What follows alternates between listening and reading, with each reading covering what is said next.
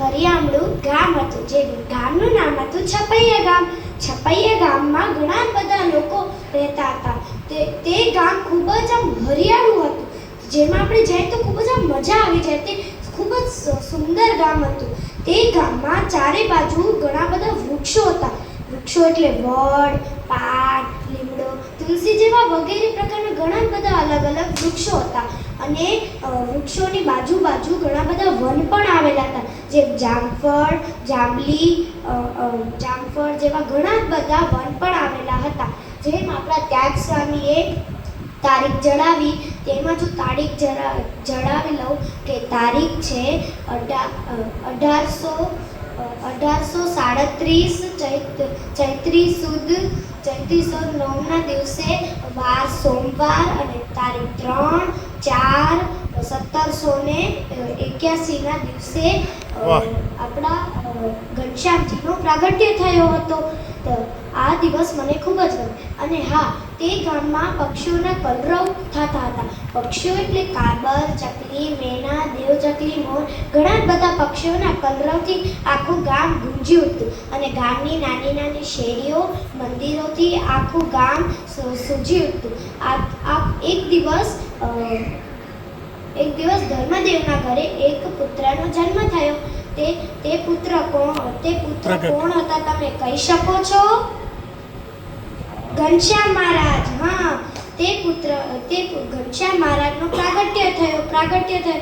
અને જેઓ આખા ગામમાં તે ખબર ફેલાડી કે ધર્મદેવ અને ભક્તિ માતાના ઘરમાં સાક્ષાત કોઈ બાળ જન્મ્યા છે, તો બધી જ સ્ત્રીઓ હાથમાં થાળી અને ચમચી લઈ વગાડતા ધર્મદેવજીના ઘરે જવા લાગ્યા. થાળીમાં કંકુ, ચોખા અને અનાજ જેવી ઘણી બધી વસ્તુઓ પડેલી હતી. બધા આજે ધર્મદેવના ઘરની બહાર ઘણી બધી ગળતી ભીડ જોવા મળી હતી. પગ રાખવાની જગ્યા નથી.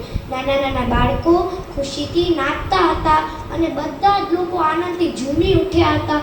બધા જ લોકો ખૂબ જ ખુશ હતા. અહીંયા ધર્મદેવજી બધા મુનિ અને ઋષિઓને દાન પેટે ઘરેણાં, સોનાના ઘરેણાં અને ગાય આપતા હતા. ઘણા લોકોને અનાજ અને ગાય પણ આપતા હતા. બધા લોકો ખુશ હતા અને મુનિ અને ઋષિઓ ગાન ગાતા હતા. આજે ખૂબ જ મતલબ છપૈયા ગામમાં ખૂબ ગુંજી ઉઠ્યું હતું. તેમનો ખૂબ જ અનમોલ દિવસ હતો. અને અચાનક જ તે બાળમાંથી એક રોશની, એક તેજ ચમક્યો. અને તે તેજથી બધા ગામના લોકો આશ્ચર્યચકિત પડ્યા, કારણ કે કોઈ બાળ જન્મે તો રૂએ કરે, પણ આ બાળમાંથી એક તેજ ચમક્યું. અને તે આખું ઘર આખું પ્રકાશથી ભરાઈ ગયું. બધા લોકો આશ્ચર્યચકિતમાં પડી ગયા કે આવું કેવી રીતના થયું. બધા લોકોના મોઢા જોવા જેવા થયું. ધર્મદેવજી અને ભક્તિ માતા પણ વિચારમાં પડી ગયા કે આવું કેવી રીતના. અને આમ જ ઘનશ્યામ મહારાજનો પ્રાગટ્ય થયો. બોલો SMBS સંસ્થા કી જય, ઘનશ્યામ મહારાજ કી જય. ધન્યવાદ. જય સ્વામિનારાયણ.